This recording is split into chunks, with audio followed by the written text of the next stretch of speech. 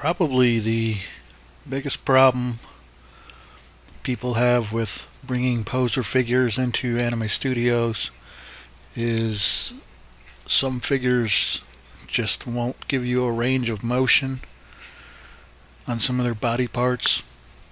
I'm going to show you what you can do that might help with that problem. I've got a figure here that's the Manitou from Content Paradise, and the darker version is the default way it is when you first get it, and the lighter version is one that I've tweaked to let it work in Anime Studio. If you come over to a body part, say I'm going to look at the right shoulder, and I come over to the parameters, I'm going to choose the up down, come to this little arrow on the end, click on that, and you'll see settings. Choose that. Now you'll see that there's a minimum and maximum limit. They're set to a minus 360,000 to a maximum of 360,000, which is degrees, and your sensitivity is 1. Well, the sensitivity is correlates to that, and when you move the slider in Anime Studio, you're only going to get so much motion out of that. You know, I don't know what the actual ratio is, but you're not going to get almost anything out of it. Now if I come over to the one I've tweaked, choose the right shoulder and the up down setting,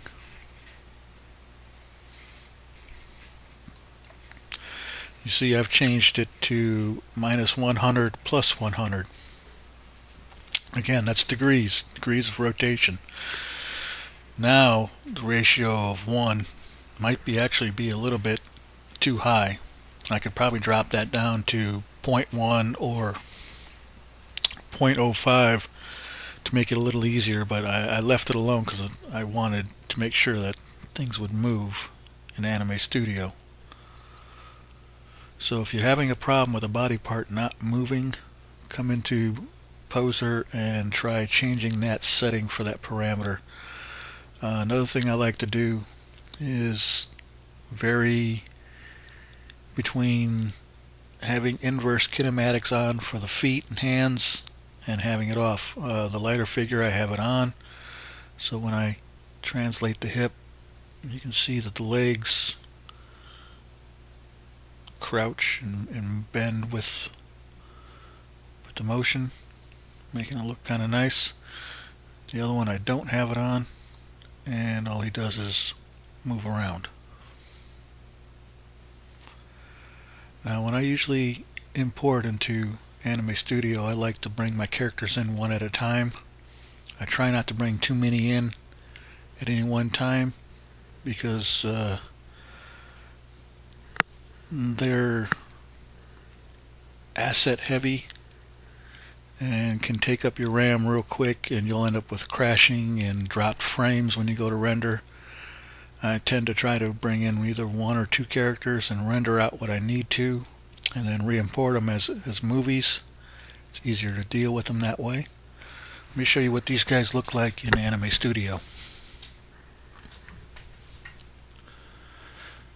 Okay, here's our scene in Anime Studio.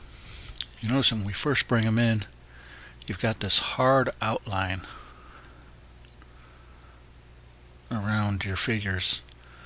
It's alright in some cases, but in other cases you might not want that. You can always come over here, uncheck the stroke, and it'll go away. Or you can lower the stroke value, increase it to give you some different looks.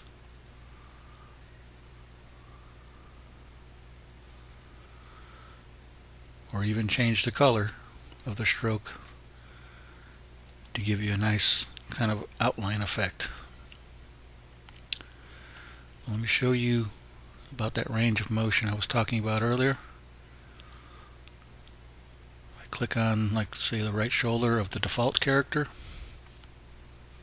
and move my slider, I get almost no range of motion whatsoever.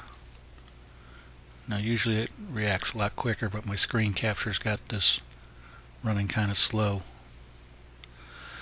If I go to my tweaked version, see up here it says figure 2, so I know I'm on that figure. I've got the sensitivity set, the ratio is set so high that I don't need to move the full length to get motion out of it, so about right here. And you can see the arm moves quite a bit.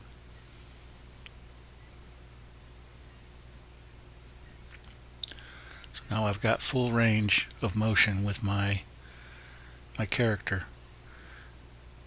And like I said, I've got inverse kinematics on it, so if I was to translate it in the Y, it's set pretty high, so I only got to do a little bump. It looks like he's taking off.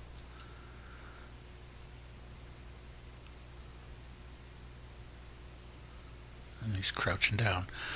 I could probably even set that a lot lower than what I've got it right now as far as the sensitivity, so I don't get such a massive amount of motion, or even set the limits higher so I don't get that much motion. Another thing to know is, I don't know if you're aware of this, but any of these sliders that are part of the figure, you can set up as an action. So I'll call up the action window. And just like with anything else in Anime Studio, you create an action, either a one-frame blend morph action, or you can set it up and make a regular action. So I'm going to make this action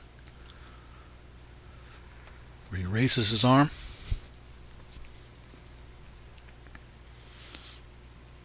And now you see the keyframes have been added.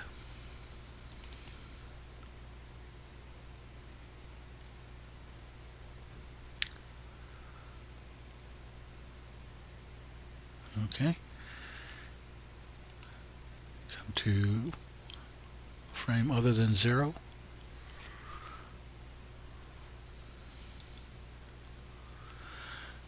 And I can open up my blend morph palette.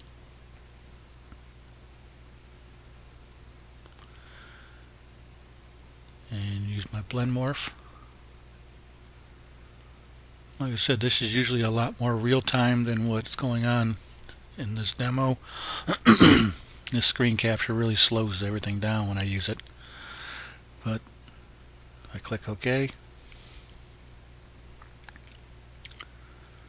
and you'll see keyframes have been added, and you've got the active channel and just the poser parameters. So if I was to hover over it, you can see which actual slider is being used, which makes it, you know, a little bit nice for doing hold keyframes. Say I can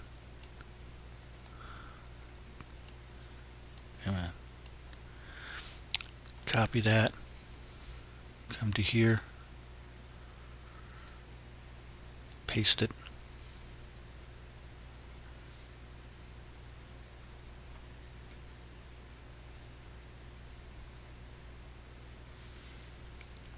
and come past it, paste it again,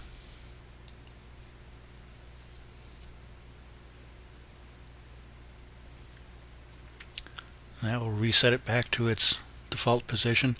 If you try to scrub through the timeline by grabbing the red slider and moving it back and forth, you'll see that you usually get a blocky view on the preview. That doesn't really show you a whole lot sometimes, but if you use your mouse wheel,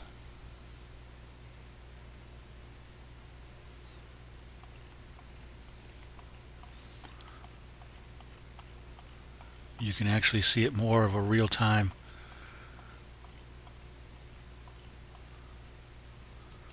Come on.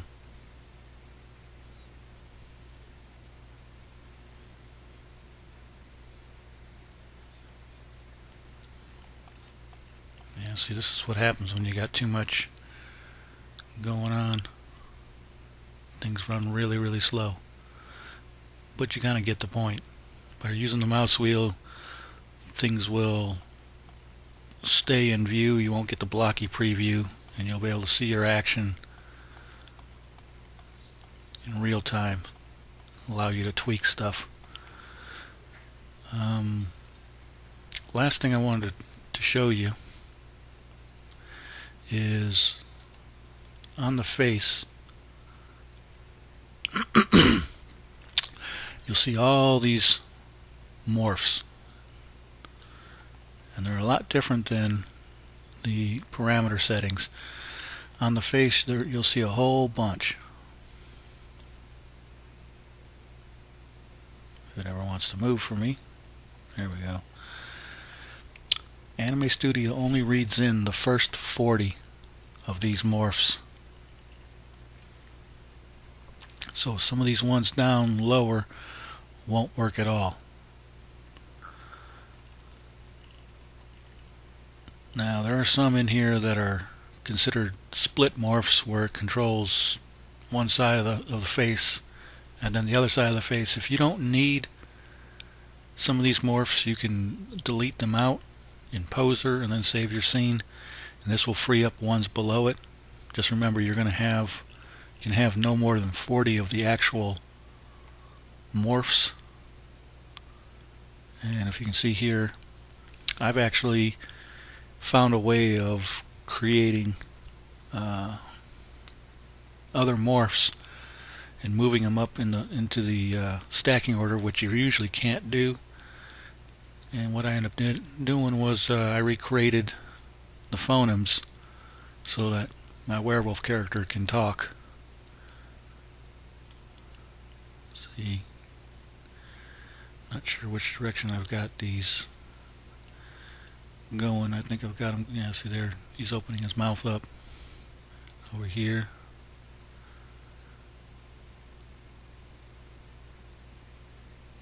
Come on.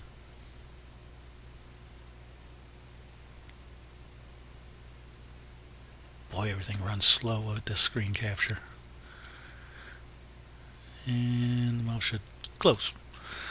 So I've got it set up to where I can use some of these other morphs. I've got one for blinking. Whoa. Make his eyes close and open up. But I'll have to probably do another video to show you how you make these types of morphs.